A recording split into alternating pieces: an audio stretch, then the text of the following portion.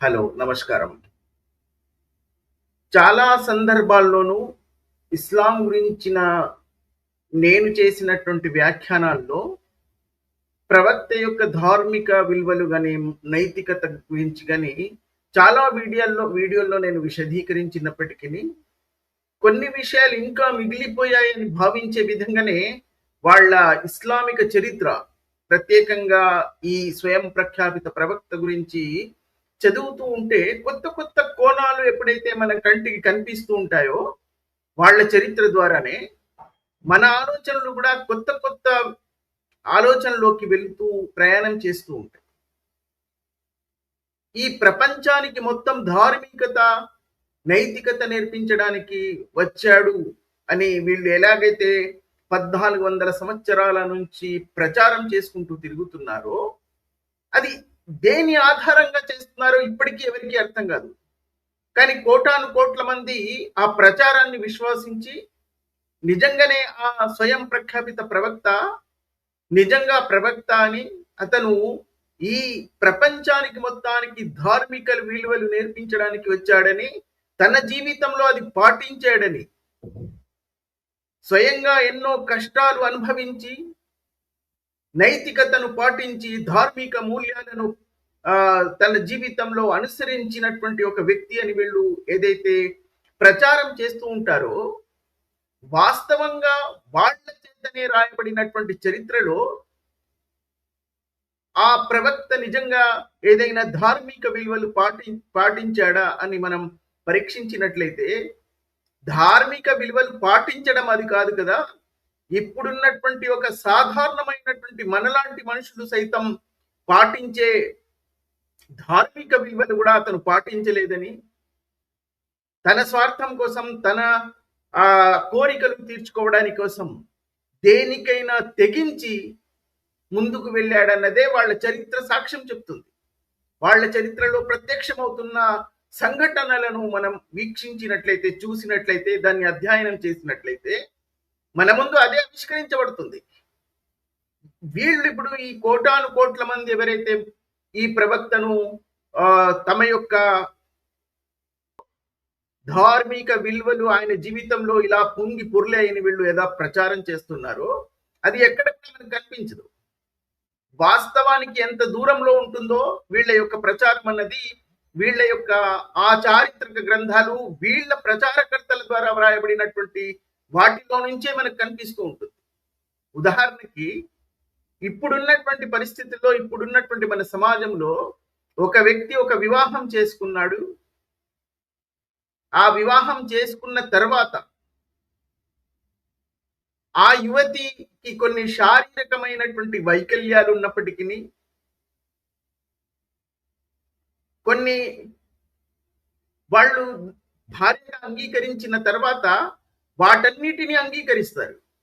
ఎవరు కూడా ఒకరోజు గడిపేసిన తర్వాత రెండవ రోజు ఈమె శరీరం మీద ఏదో మచ్చలున్నాయనో, లేదా శరీర వైకల్యం ఉందనో, లేకపోతే ఆమె నలుపు రంగు ఉందనో, తెలుపు రంగు ఉందనో, ఇలాంటి సాకులు చెప్పి ఆమెని తమ జీవితం నుంచి తీసివేయడానికి ఎవరు ప్రయత్నించరు. అలా ప్రయత్నిస్తే ఇప్పుడున్నటువంటి సమాజం వాళ్ళను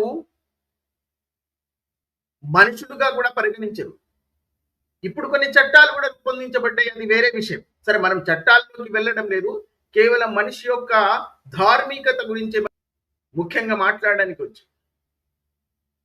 ఈ స్వయం ప్రఖ్యాపిత ప్రవక్త యొక్క వివాహాల గురించి నేను చాలా సందర్భాల్లో చాలా వీడియోలో చెప్పాను. ఎన్ని సాకులు చెప్పుకున్నప్పటికీ ఈ 13 నుంచి 17 వివాహాలు ఏదైతే జరుపుకున్నాడో, వీళ్ళు 11 అంటారు.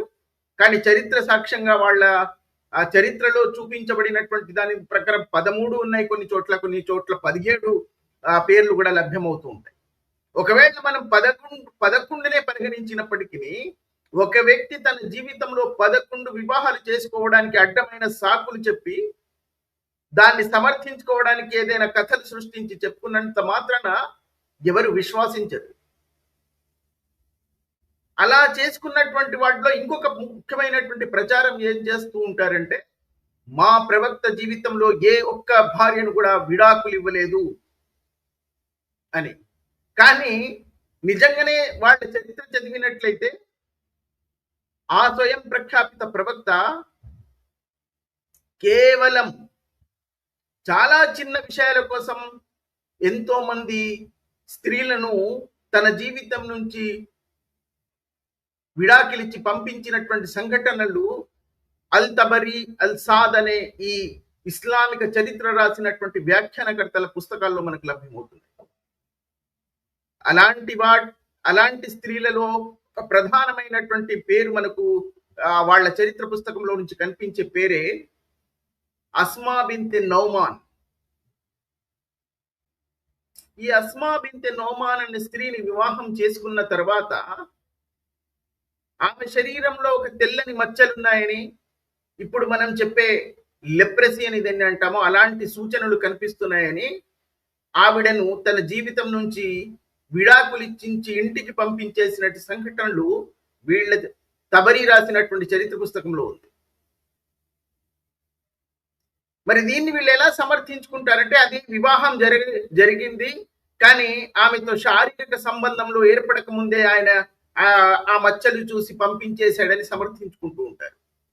ఎందుకంటే కథలు ఈ చరిత్ర రాసింది వీళ్ళ విశ్వాసులే కాబట్టి కాస్త ఆ చరిత్రను వక్రీకరించి రాశారన్నది కూడా వాస్తవంగా ఏం జరిగిందో వాళ్ళు ఎందుకంటే విశ్వాసులు కాబట్టి ప్రవక్తను ప్రవక్తగా చిత్రీకరించాలి కాబట్టి అది వాళ్ళ బాధ్యత కాబట్టి కొన్నిటిని వాళ్ళు ఉన్నది ఉన్నట్టుగా కాకుండా దానిపై కాస్త అనుగుణంగా రాసి ఉండి ఉంటారు. అయినప్పటికీ ఒక స్త్రీని ఒకవేళ మీరు ఈ అల్ తబరీ రాసినటువంటి ఆ చరిత్ర పుస్తకంలో వాల్యూమ్ నంబర్ 9లో పేజ్ నంబర్ 137 నేను ఇక్కడ మీకు పక్కన చూపిస్తాను. అది ఆ రాసినటువంటి వాక్యాలు చదివితే మీకు ఎంత జుగుప్సకరమైనటువంటి వాక్యాలు వాడబడ్డాయో చూడండి.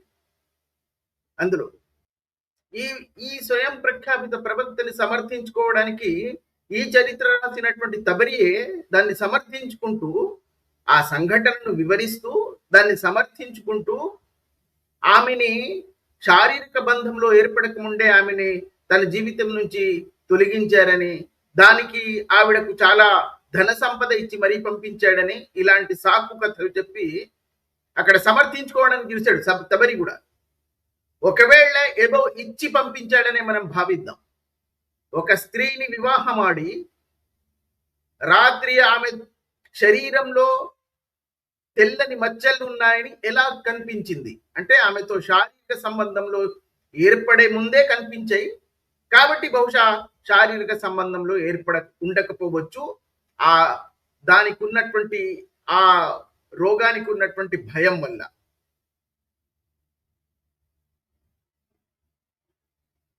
అలా ఒక స్త్రీ మీద తెల్లని మచ్చలను చూసి లేదా ఏదైనా ఒక శారీరక వైకల్యం చూసి ఆమెని తన జీవితం నుంచి తొలగించాలి అంటే ఇప్పుడు వందల వేల వివాహాలు కూడా సాధించవు.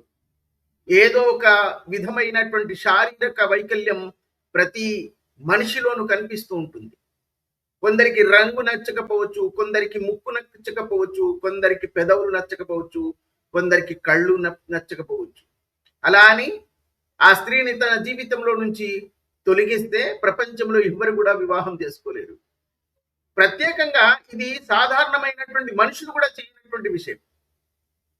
కానీ ప్రపంచం మొత్తానికి ఈ ప్రపంచం అంతమయ్యే వరకు ఒక ధార్మిక మూల్యాన్ని నేర్పించడానికి వచ్చానని చెప్పుకుంటున్నటువంటి ఈ వ్యక్తి కేవలం తను వివాహమాడి ఆమె శరీరంలో ఒక తెల్లని మచ్చలున్నాయని ఆమెని వివాహ బంధం నుంచి విడాకులిచ్చి పంపించేసి పైగా చెప్పినటువంటి వాక్యాలు ఏమిటంటే అతని తండ్రి దగ్గరికి పంపించినట్టు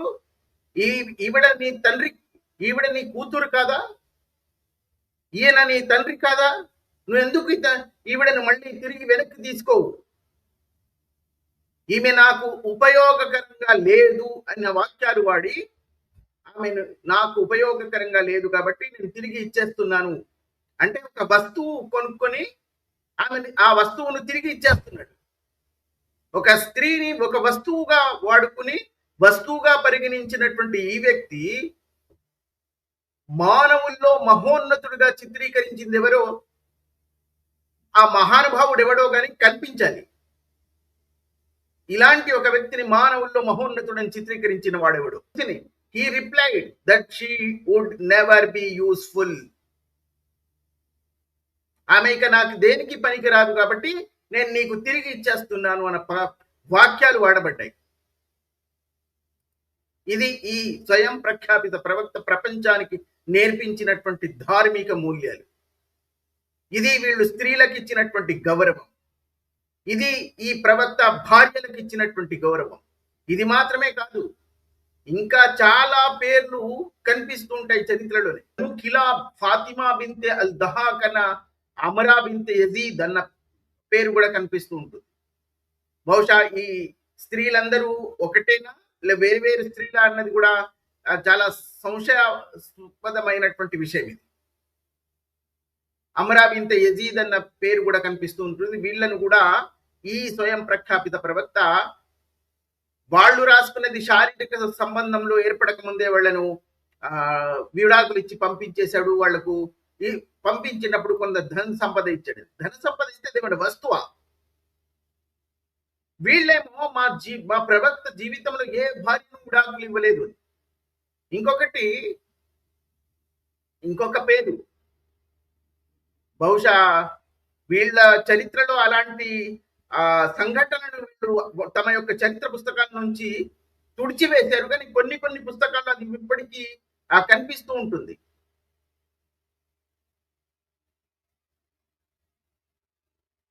సౌదా అన్న ఈ ప్రవక్త యొక్క భార్య సౌదా కొంతకాలం గడిచిన తర్వాత శరీరం కాస్త లావుగా అయిపోయిందని ఆమెను విడాకులు ఇవ్వడానికి ప్రయత్నించాడని, ఆమె నా యొక్క రాత్రులు ఆయిషాకు ఇచ్చేస్తానని చెప్పి ఆమె నన్ను ఎలాగైనా సరే భార్యగా ఉంచుకోండి, నేను మిమ్మల్ని వేరే ఏ విధంగానూ బలవంతం చెయ్యను, వేరే ఏ విధంగానూ మీకు నేను కష్టాన్ని కల్పించను, కావాలంటే నా రాత్రులు మీరు ఆయిషా దగ్గరికి వెళ్ళిపోండి వేడుకునే పరిస్థితులు వచ్చాయంటే ఈ వ్యక్తి యొక్క మానవిక విలువలు ఏమిటి, ఇతను నువ్వు ప్రపంచానికి నేర్పించినటువంటి ధార్మిక విలువలు ఏమిటని మీరే ఆలోచించుకోండి.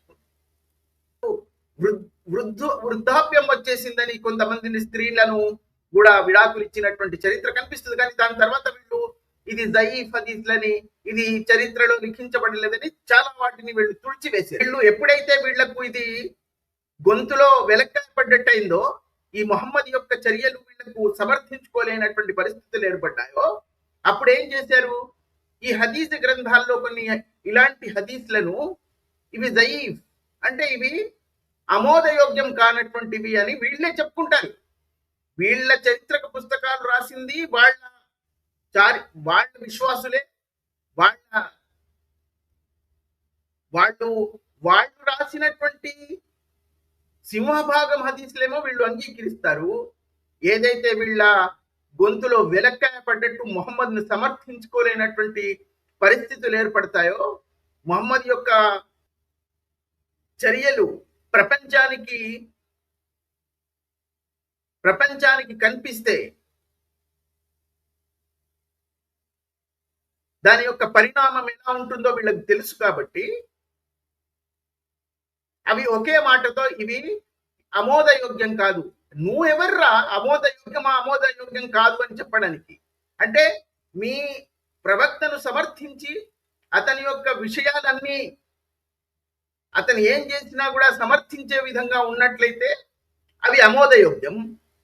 అతను చేసిన చర్యలు ఇప్పుడు మానవిక విలువలకు సరితూగనటువంటివిగా కనిపిస్తే మీకు ఆమోదయోగ్యం కాదని మీరు దీన్ని తీసివేస్తారు.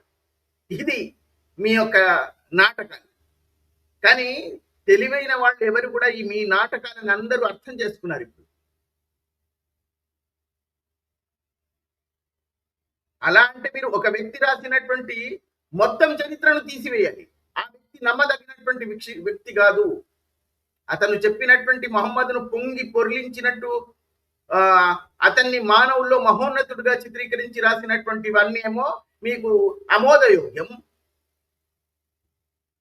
అతని చరిత్రలో ఉన్నటువంటి కొన్ని నల్లని సంఘటనలు రాసినటువంటి విషయాలు మాత్రం మీకు ఆమోదయోగ్యం కాదు.